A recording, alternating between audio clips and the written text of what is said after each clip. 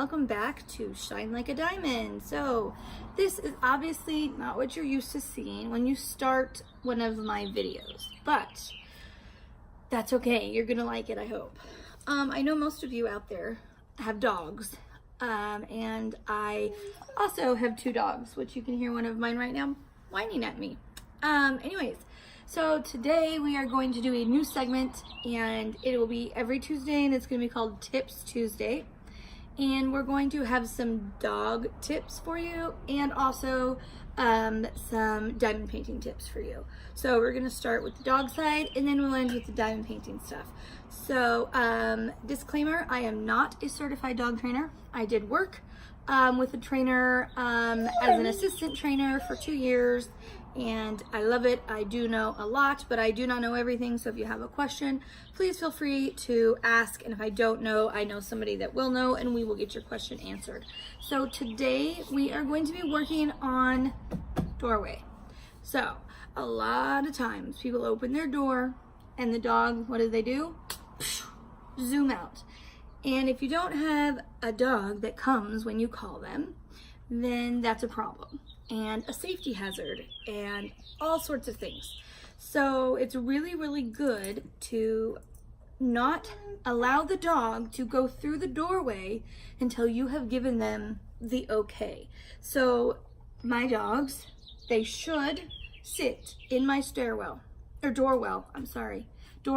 Oh my goodness, it's morning time. And when I walk through, they should not follow me. And when I turn around and say, okay, you may come out now, that's when they come. So my dogs have obviously been doing this for a while. However, they're not perfect. They will make mistakes. I know ways to make it harder to train for this for my dogs because they've been doing this for a while. So I will be doing some easy techniques to show you how to start. And then I will be doing some techniques for where my dogs are at, and like things that I try to do to get them not to fail, but to make the training a little harder so that they actually have to work at it and they're not just getting treats for doing something that they already know and it's easy to them. So one of the things I'll be doing with Maya, the brown dog, is getting her really excited, because when she gets really excited, she has a hard time listening, she has a hard time thinking. And so it's really good when we get her really excited to try to get her to follow our rules. And then with Lincoln, he's the black and white dog. I will be putting food, hot dogs, which are his favorite thing, on the ground in front of him, and enticing him kind of to go for them, but not go for them at the same time. So you always want your dog to succeed. If they fail too many times, they are like us. Once you fail a lot, you don't want to continue. So try to make it to where your dog is succeeding. If they fail 2 times, dial it back a little and make it so that they can succeed. If that means you just open your door and close it and they stay, that's fine. That's where you should start at. So I'm gonna push the camera back a little bit. I'm gonna try to make it so that you can see as much as possible. And I will also talk my way through it. So let's get started. This is where I want you to start, which is inside the house. And I don't have a leash on my dog, but just pretend that we are getting ready to walk outside and go for a walk. He's happy, he's excited to go out for a walk. And so this is what where you need to start. If your dog does not have a stay, if they have a stay, then you can kind of do the next step. Maya, stay there. Okay, Lincoln, with me. Okay, so we walk to the door, and he already knows to sit. And I'll do a separate video on ways to teach your dog to sit if they don't already have a sit. But he knows at the door to sit, so he's gonna sit, but yours might not. But if they know a stay, then you can just say, stay. And if you can open your door, and they don't move, close it, yes, and treat. No, Maya. My other dog is like, you have hot dogs and I would like in on that. So if you can do that, that is wonderful, because that's the first step of getting your dog to stay where they should be. So the next step, if you can't do that, then all I want you to do at first, put your hand on the doorknob, and then you treat them. If they do not get up and start coming towards the door. If they stay where they should be, then do it again. Yes. And reward, reward, reward. That is the best way, because I do all positive training. I don't do any harsh training. So it's all positive, yeah, I can't think of the word right now. Reinforcement, positive reinforcement, which is, you know, giving them treats, praising them, whatever they are going to get most excited about. So again, we're going to just open the door this time. Now he got up. I'm not going to say anything yet because I want to see what he's going to do when I walk out.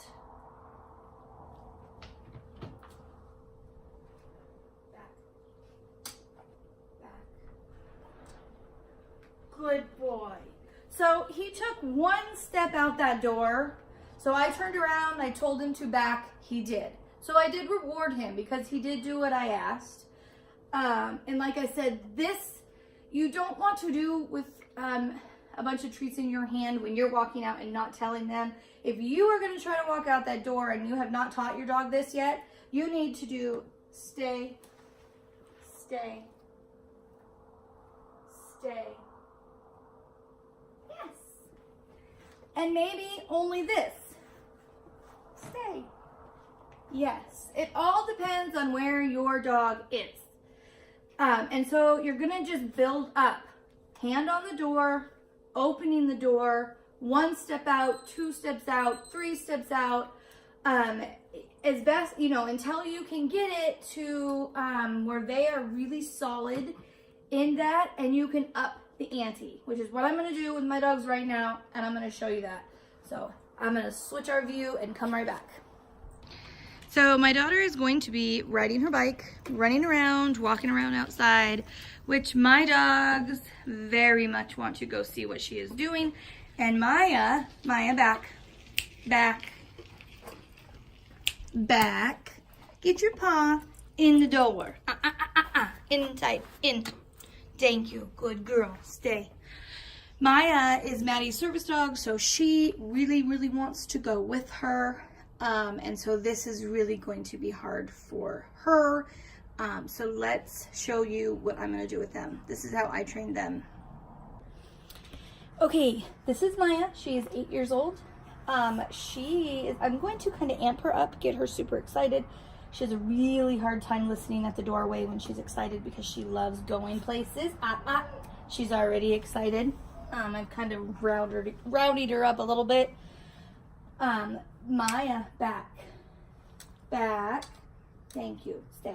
So I'm going to kind of walk through with her, get her a little amped up, and then walk out and show you kind of how I'm not trying to trick her, I'm just trying to make the training harder for her, so that way when she's in a situation where she is really excited or when something is really enticing, that she can still remain that stay. Where Maya? Give me Maya. Lincoln, stop. Be quiet. Okay, are you ready? Maya, come here. Let's go. Just a minute. Ready? Do this. Do you want that? Oh my goodness. Do you like this? Is that good? Okay, good girl. Okay. Hey, stay.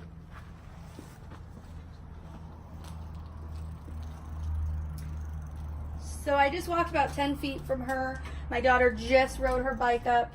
And she is just about ready to break it. So I'm going to reward her. Good, stay. Okay, yes. Very good. Very good. Come here, Maya. So when I said my dog, the word for them is okay. When I say okay, they can come through. And then I give them lots of treats, lots of praises because they did what I asked. So I'm going to do it one more time with her. And then we'll do it with Link. Okay, and Maya, go. Good girl. Back. Back. I know. Back. Stay. Good. Now, I don't know if you can see this, but this is like her favorite thing. It's hot dogs. I'm going to throw it like right in front of her. So that one landed about a foot away from her. You can see that one. It's about 2 inches in front of the door. Okay, get him. Good girl. You missed that one. Go get it. Good girl. Okay, go. Go. Maddie, you want to take her potty? I'm going to do Lincoln. Maya, come. No, Maya, come here. You can go. Go. Go with Maddie. Okay. Oh, this way. Stay. Right. So he took 2 steps out. Back. Good boy. Now stay.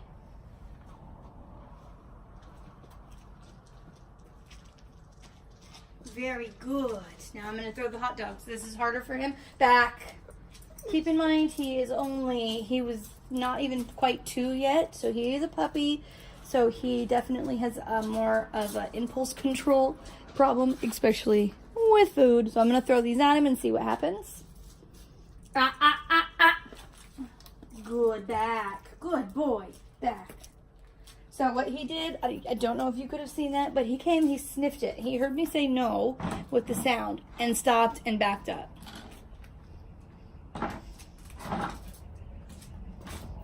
I just threw another one and another one. Okay, get him. Good boy. Good job. So that's kind of how I am continuing to train both of my dogs. Because again, I try to make it harder for them since they have been doing this for, a while. So I hope that gives you some tips in how to keep your dog inside when you open your door. And a great tool while you're kind of practicing this and waiting for your dogs to really have it solid is just a simple baby gate up if you want to have your door opened. That way you know that there's something that's reminding them, oh yeah, I'm not supposed to go out even though the door is open. So I hope this helps, and if you have any questions, leave them in the comments below. If I can't answer it, I will find the answer for you and we will work it out. Okay, welcome back. So now we are just going to do a quick 5 tips that can make your diamond painting experience a little easier, a little smoother. And so the first one is storage. So picking a storage that works for you that can really change the whole experience. The one I'm working on right now, they came in these little baggies, okay? And what's really cool is they even had the number on those little baggies, the DMC number. Well, I could have kept them in here and just put them in something and dug around when I needed them. That does not work for me. I don't like it. It takes too much time and it drives me crazy, to be honest with you. So I also have these little ones that I really like, and they come in a pack of, I believe, 24 or 26, and I can link those below, and they just kind of, you squeeze the outside, it pops open just like that. You can pour them, you can scoop them. It's super easy to get in and off of a tray. But my favorite is these. You can get 64 different colors in this little thing, and your symbols can be on top just like that. So when you need a color, you take it out. This little part opens up just like this. You pour them out. Then when you're all done using them, you can take your tray with the little funnel. You put the funnel in, pour them back in, and put it back. That I have found for me is my favorite way to store my drills when I'm working on a project. So finding a storage that best fits you. There's all different kinds. I will have a whole video on different storage ideas and containers that you can use in another video, but definitely trying to pick one that'll work best for you. The second thing is washi tape. The washi tape going around your your diamond painting, which I can show you. So sorry, my dogs are barking at somebody outside. So the washi tape is right here. It's along the outside of a diamond painting where the sticky part still is. That way you're not getting hair, lint, dirt, dust, all that stuff and gunking this up. Also, you're not getting your arms stuck on it constantly, which makes a huge difference. If you don't like washi tape, you can actually use baby powder. Put a little baby powder on your finger and just rub it where the sticky is. Just be careful you don't accidentally rub a spot where you want it still to be sticky, because that will not be a good thing.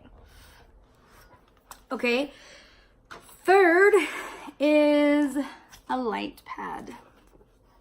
This will change your life, I guarantee it. Now, there are certain companies like Diamond Art Club that you don't even really have to have one for.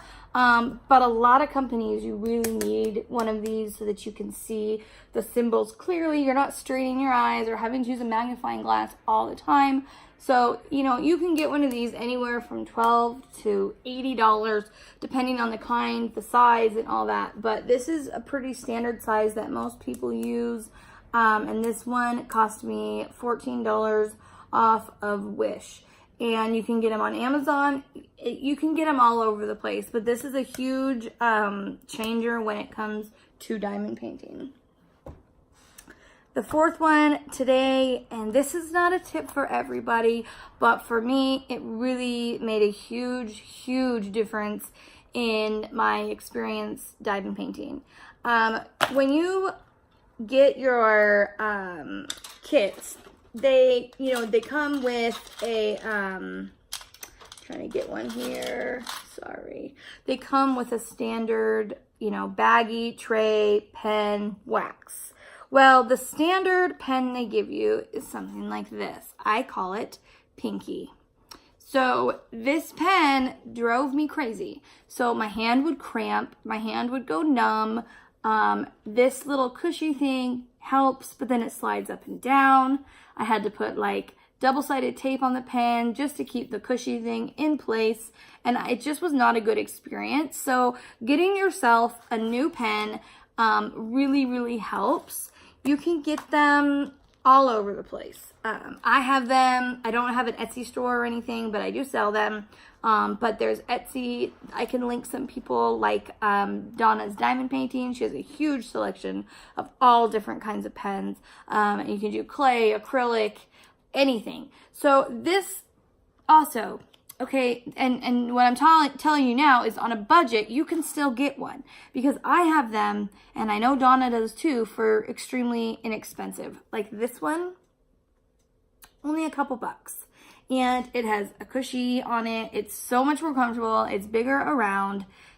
It's so much better. And you can also go with a clay pen like this one or this one. I have just started making the clay pens. I sell them for only $5 right now, plus shipping and handling, because I am still really new to it. So I just sell them pretty inexpensively. But you can get these all over Etsy and Facebook. There are so many different types out there.